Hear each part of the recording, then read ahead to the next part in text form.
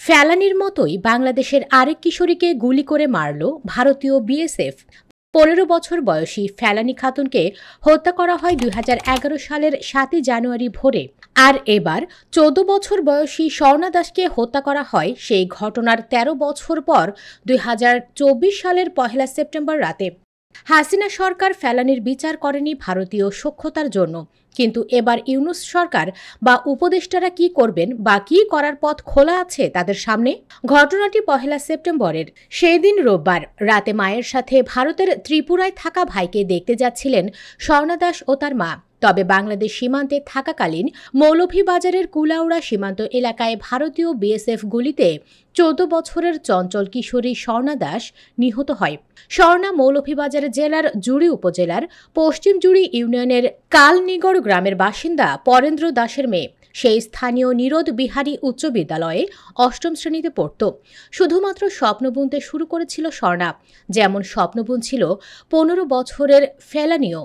ফেলানী কুড়িগ্রামের অনন্তপুর সীমান্ত দিয়ে তার পিতার সঙ্গে ভারত থেকে বাংলাদেশে ফিরছিল, আর স্বর্ণা দাস মৌলভীবাজারের কুলাউড়া সীমান্ত দিয়ে তার মায়ের সঙ্গে ভারতের ত্রিপুরায় অভিবাসী ভাইয়ের সঙ্গে দেখা করতে যাচ্ছিল।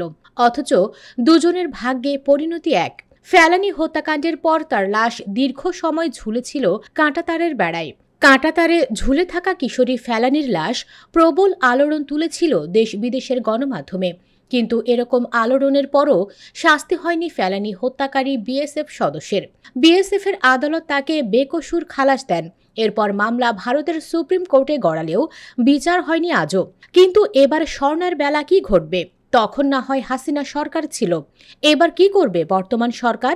তবে আশার আলো হলো, এর আগে ফেলানীকে নিয়ে সরকার কোনো আগ্রহ না দেখালেও এবার কিছুটা পরিবর্তন এসেছে। ইতোমধ্যে শ্রীমঙ্গল বিজিবি ও বিএসএফের কোম্পানি কমান্ডার পর্যায়ে বৈঠক হয়েছে। এটির এক স্বচ্ছ তদন্তের আশা করা হচ্ছে। ফেলানীর লাশ দীর্ঘদিন ঝুলে থাকলেও ভারতীয় পুলিশ ময়নাতদন্ত শেষে বিজিবি কর্মকর্তাদের মাধ্যমে মঙ্গলবার সন্ধ্যায় কুলাউড়া থানা পুলিশের কাছে স্বর্ণার লাশ হস্তান্তর করে দিয়েছে। যদিও সরকার এ বিষয়ে এখনও কোনো আনুষ্ঠানিক পদক্ষেপ নেয়নি, তবে আশা করা যায় সীমান্ত হত্যা বন্ধে বেশ জোরে সোরে নড়ে বসছে বর্তমান সরকার। কোনো মতেই যাতে এমন অপরাধ আর না ঘটে, সেটি এখন অন্তর্বর্তীকালীন সরকারের অন্যতম চ্যালেঞ্জ। মানবাধিকার সংস্থা আইন ও সালিশ কেন্দ্রের হিসাব অনুযায়ী ২০২৩ সালে ৩১ জন বাংলাদেশি সীমান্তে বিএসএফের গুলিতে বা নির্যাতনে নিহত হয়েছেন। ২০২১ ও ২০২২ সালে এই সংখ্যা ছিল যথাক্রমে ১৮ ও ২৩, কিন্তু তবু সবাই চুপ ছিল। আর এবার যদি এই সরকারও চুপ থাকে, তবে এটি হবে এই সরকারের অন্যতম একটি ব্যর্থতা। ভারতের পেনাল কোড কিংবা আন্তর্জাতিক কোনো আইনেই নিরস্ত্র নাগরিককে গুলি করে বা নির্যাতন করে মেরে ফেলার বিধান নেই।